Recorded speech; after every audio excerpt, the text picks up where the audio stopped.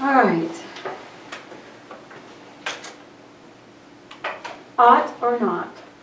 When you first start studying the Aquarian Gospel, this is in chapter 22, and this is one of the hardest ones that I had to wrap my head around when I first began, so many years ago.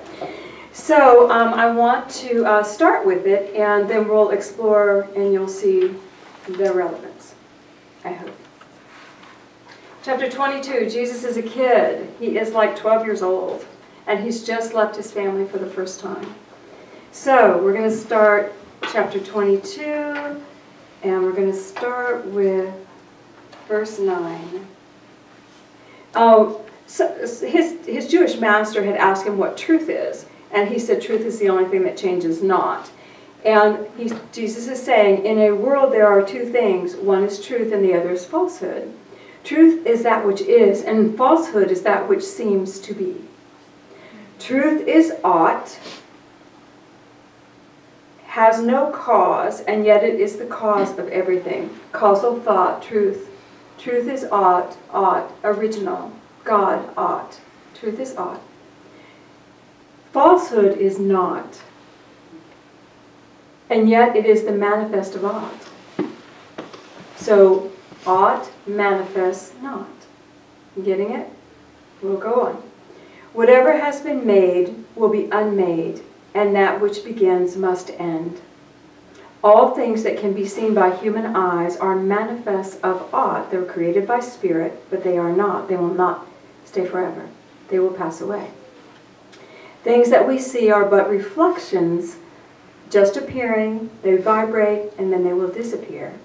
Holy breath is truth in that which was and is and evermore shall be and will not change or pass away. And his master said, you answer well. Now what is man? Jesus said, man is truth and falsehood strangely mixed.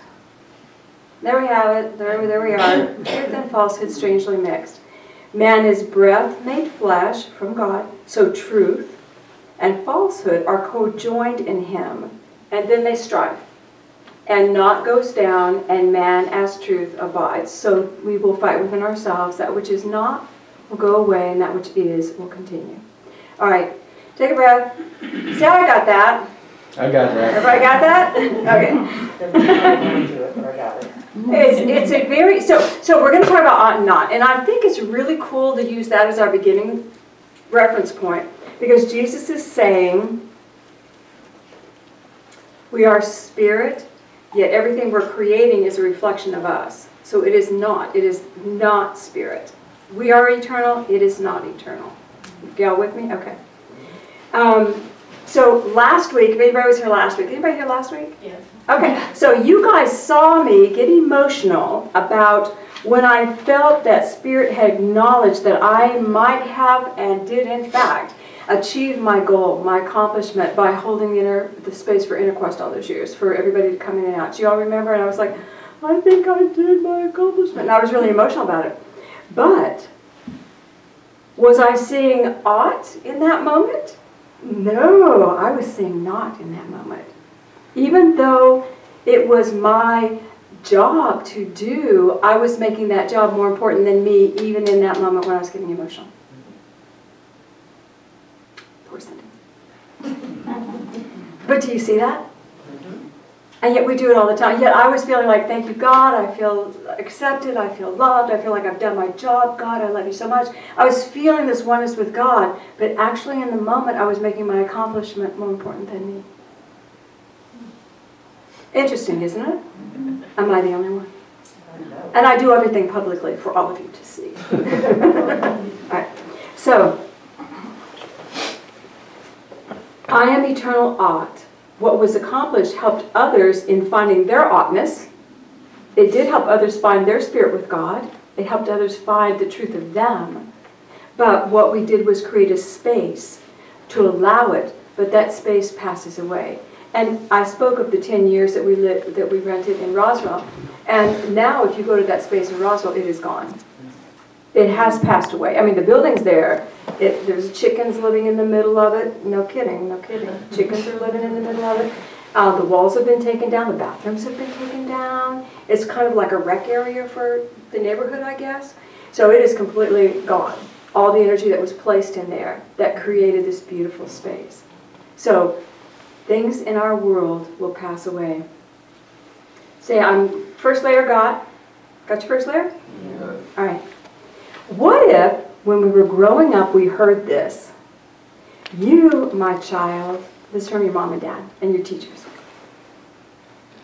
You are more important than the mistakes you just made. How would you have felt if that was your cue?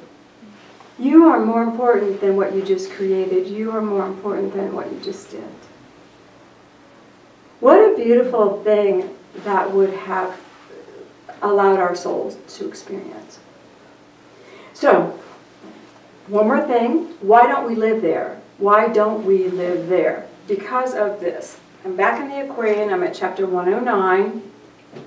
And again, this is truth, chapter 109, 9/11. We hear in Standard Christendom all about the Judgment Day.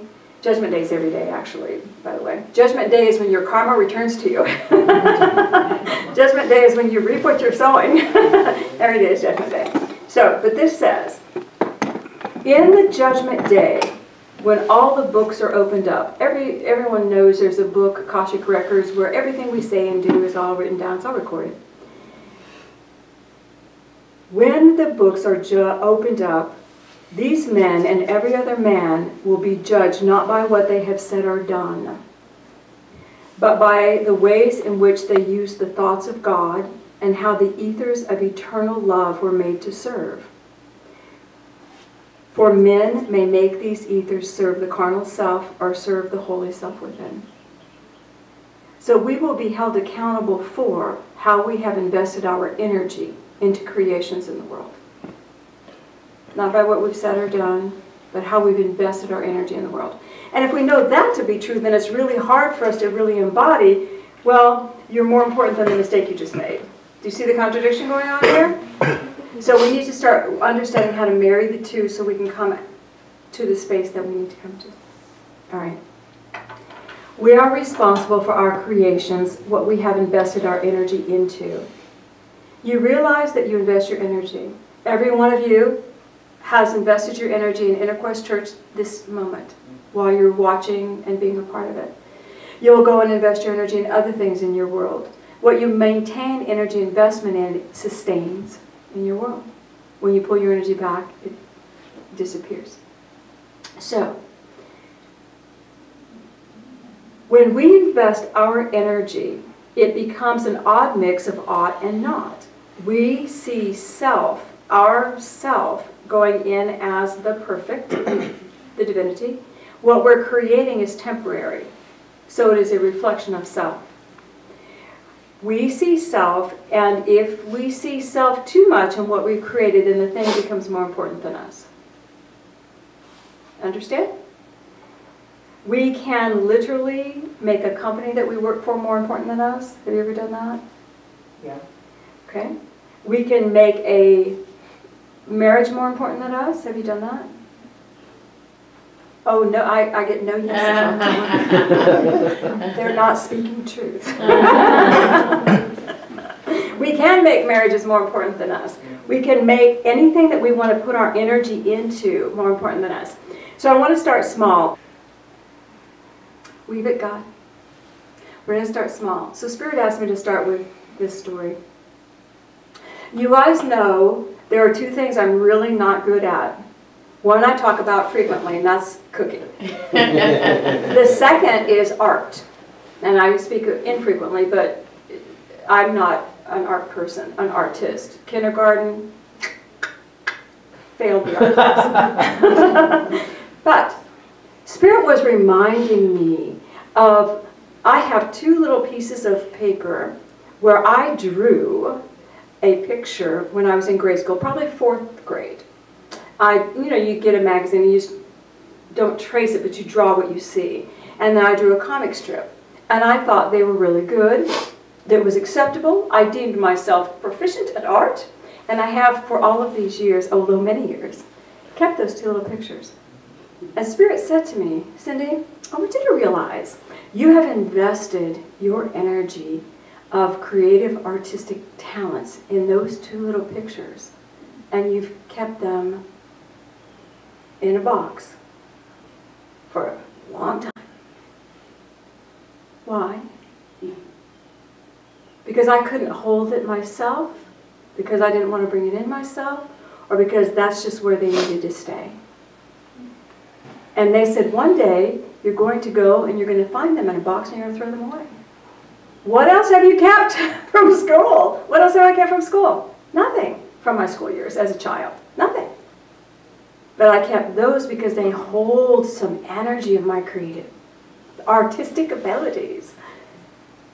And I need to bring that energy back to myself. Then the next time I see them, they said, you will throw them out. Do you hear? Then they were showing me another vision that I saw periodically through the service as I was preparing. They kept showing me this vision. I have a will from one of my ancestors. It's 1700s. And, you know, it's handwritten and stuff, so it's kind of cool. But OMG, I was going to bring it so you guys could actually touch it. That man is all over that will. It's hundreds of years old. But he was fired up. He had 13 kids, and he was giving this one that, and this one that, and this one that, and this one got the land he bought from Daniel Boone, and this one got this, and this one got that. And at the bottom it says, several pages long, and if any one of these children dares to challenge this will, they are now out of the will. And their portion shall be distributed among the others. And his energy is still in that will. It's still in that piece of paper. And I know that that man, because he was so attached to what he was doing, had another lifetime where either he met those people again, all 13 kids, or he had to deal with land ownership. He had to deal with losing his land. He had to pull his energy out of this physical ownership. You guys see? Because it was really strong. So at the end of the service, when I was getting ready to end of my prep time, I was getting ready to hit the shower, Spirit goes, just go see if you can find that will. Just go see. I said, okay, I know where it is. I think I know where it is. So I went downstairs, opened the box. It wasn't there. Guess what was in the box? Your art. The two pictures. The two pictures. Now they're up in my meditation room ready to be released. But I want to do a special prayer. But do you see how we invest our energy and then we just let it stay? We just let it stay. And I'm very comfortable telling all of you for all these years, I'm not an artist. My artist is in a box downstairs. Do you see? Those are little examples, and our life is full of those little examples. Now the big things. When we invest so much energy that we feel that if it changes we will fail, then what we have invested energy is bigger than us. And so many people, when they're going through marital crisis, say, I can't live without that person. Yeah, you can. Pull your energy back. Yeah, you can. No, I can't. Yeah, you can. No, I can't. Yeah, you can. No, I can't. No, yes, you can. But do you see? The energy of that person and that relationship has become so strong, they do not know who they are without it. I can't live without that job. I can't live without that job. I can't live without that job. And you're holding on so tight. That means your life force, your creative energy that God gave you to create for you, to bless the whole, is now stuck in that business. And you have no identity without it. Those are the moments when your your divine I am, is minimized by what you've invested in. Are you guys with me so far? Can you remember big things that you've done? Some not.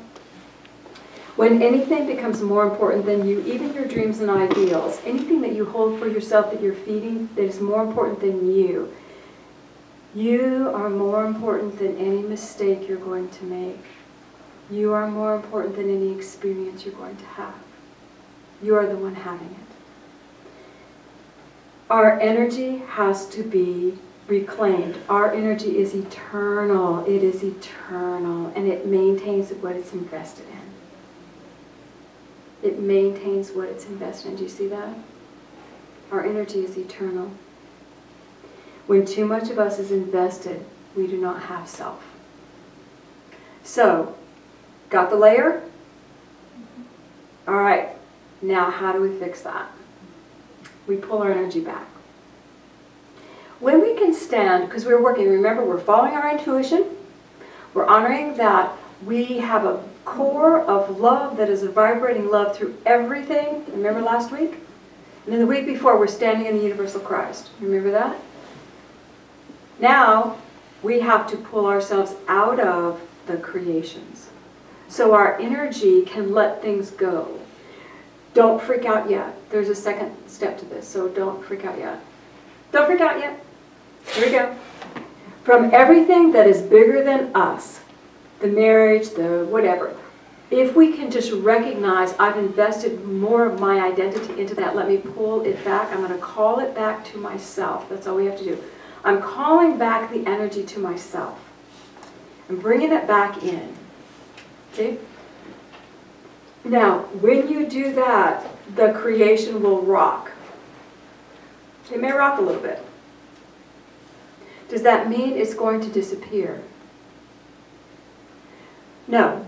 If the creation was something of a collaboration with ideas and energies, it'll have its, and if God was a part of the creation, it'll have its own life force. And now we can relate to the creation. Relate to it. Anyone who's felt owned by your marriage, and if you've had a long-term relationship, you do feel that way. You know, you're owned. Then you pull your energy back, and now you go into relating to one another. It's different, isn't it?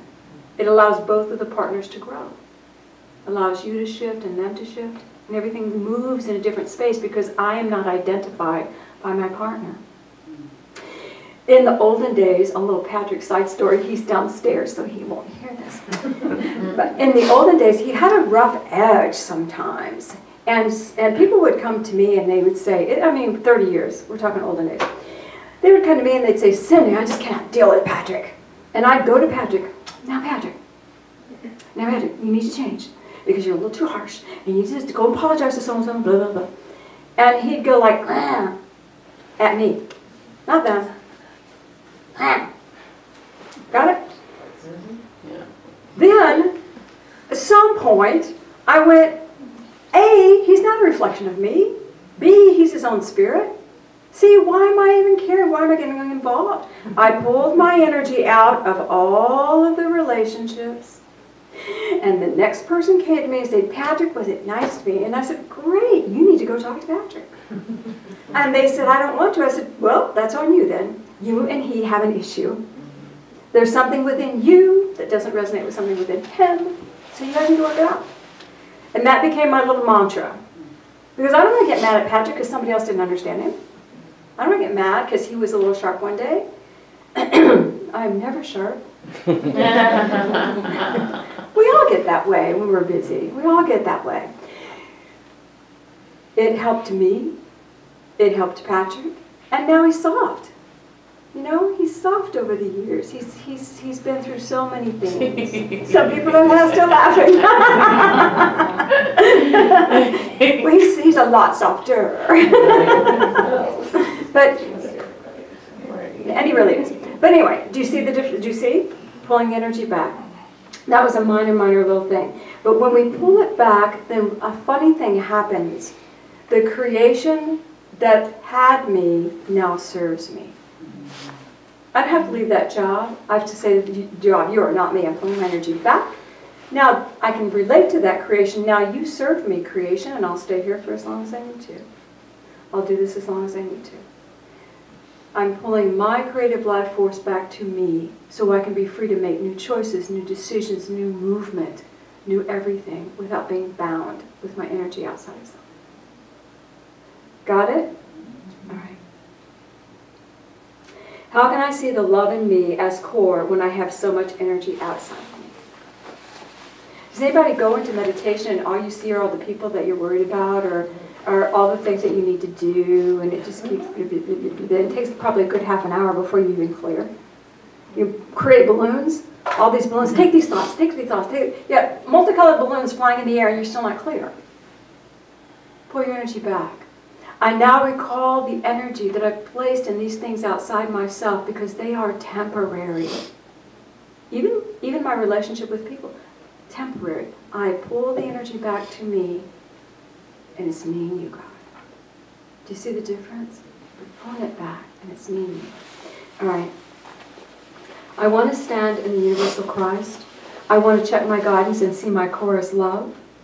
I need to bring my energy home, my ought, my eternalness, all the things that you worry about. What if they were eternal? Oh, would that be fun? No. Would not be fun. We need to go into other things. I invest my energy to serve the God in me, and if I do that, I'm serving the God in all. If it blesses me, it will bless everyone. If I am happy, I contribute to the joy of all. We have to pull our energy into our truth. What is true for you? Just what is true for you. When you bring your energy back, it allows the relationship to shift, which we talked about. Some things will end, because they won't be sustained. If you were the one holding it all up, it'll drop and something else will take its place. But it will be filled with something that serves you in your creative life force. Okay. When we're able to do this, we are present, we are participating, and we are active. We are not asking something to define me. I'm investing in playing with it. I'm actually playing with it. So here's your analogy, and it's a cooking one. So you know it came from Spirit. So, we create a beautiful recipe. We make a beautiful meal. We enjoy that beautiful meal. That beautiful meal feeds our body, and we are better for the experience.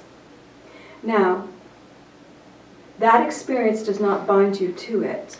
You are not obligated to create the same recipe in order to feel like yourself, or in order to bless yourself. You create another one, and another one, and another one. We don't hold to the experiences. We let them flow through us. Does that help? Okay.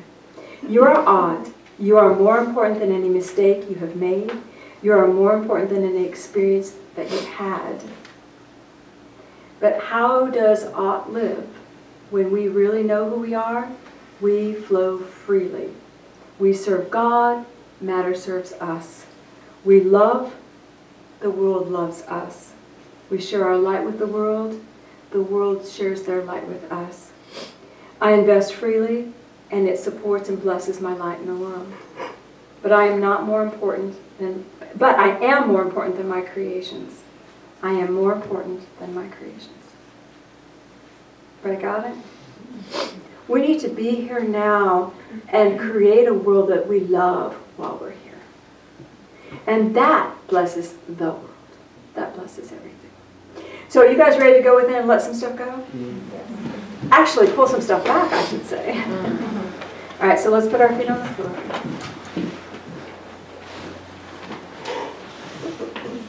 Ought and not. Think of your soul. Think of your soul. You are eternal. Take a breath. Father, Mother God, I ask that all that is now done be for the highest blessing of everyone present. I ask that they feel your peace and your joy. I would invite you all to just ask for a beautiful column of light to come over you. And in this light, it separates you from everyone else in the room. You're by yourself, you and God. And just welcome the presence of Jesus Christ to stand by your side. And for a moment, feel His love and become aware of the core of love inside you as it begins to vibrate. The core we spoke of last week, that beautiful core as it vibrates inside you. I am love.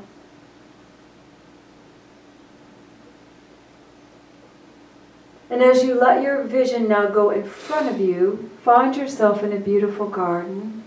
This is a space in your consciousness where you are safe. And just breathe in the energy of safety.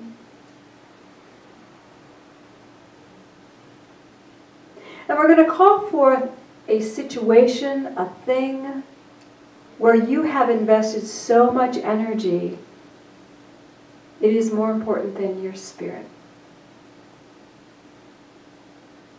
And let it come to mind. You may see a bubble of light that opens up and you can see the details. It may be a TV screen appears in front of you and you can see the pictures.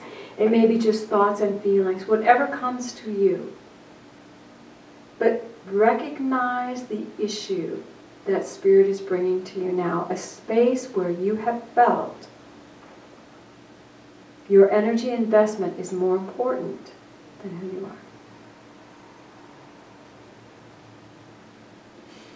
Just recognize it for a moment. And as you look at it, you can know, please know, it is so important to you. Your energy is there. It is important to you. It is precious to you. It is valuable to you. Your heart is there. Your energy is there.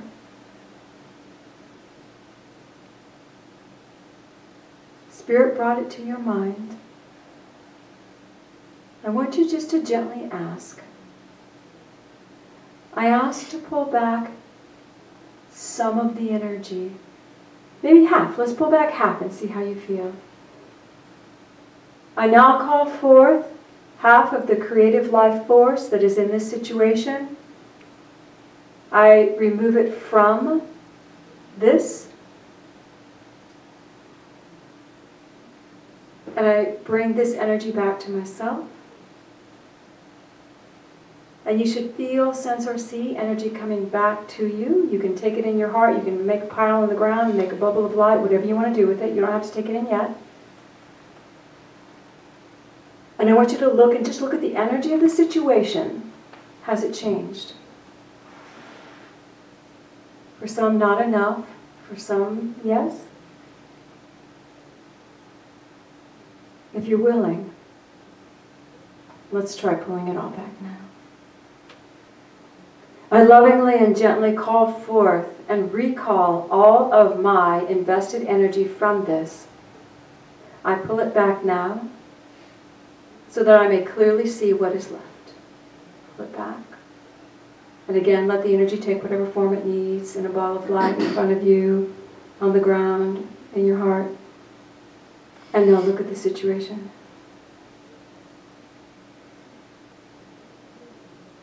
For some of you, it will become naught. It will disappear. For some of you, it is still being held by other energies that are not yours. But look at it clearly. Now take a breath and let's put all that power and energy, that invested energy, back into your heart. Breathe it in. I'm taking it all back to myself, all that I invested in that.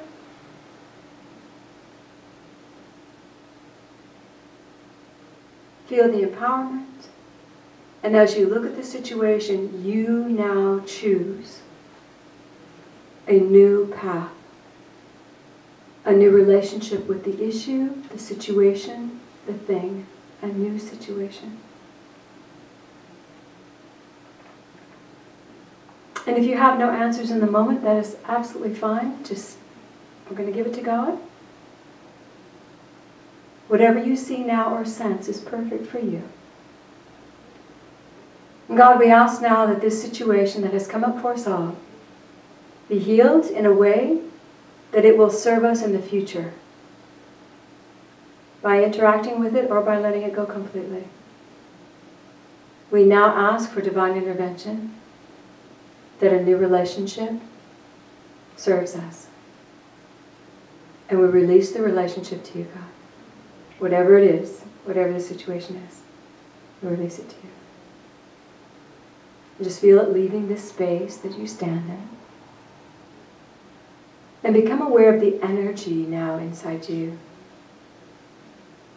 I am child of God. I am eternal. I live.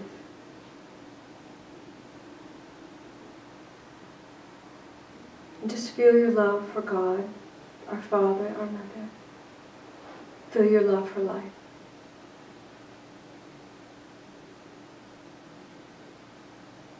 I stand in the universal Christ.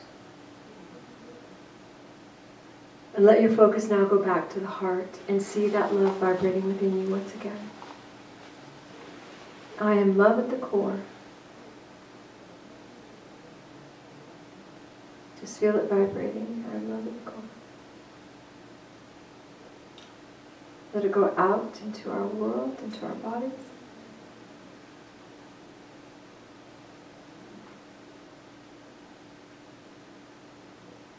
Let your focus come back to your chair. And Father, Mother God, we thank you for all of the blessings. And so it is. Breathe. When you're ready, you can gently open your eyes.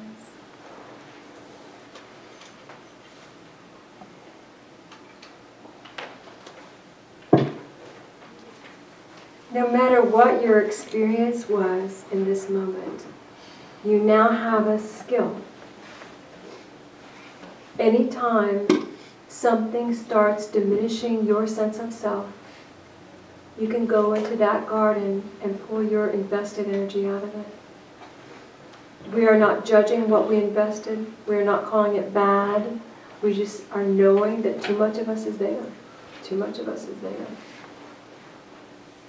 And we manage ourselves. We maintain our sense of divinity by doing this. So week 1, we're following guidance. Week 2, we're staying in the universal Christ. Week 3, we're finding our core within vibrating. Now, we are calling our energy home. Bringing our energy home. And next week, we're going to be lighting up the cells. Say yay. Yeah.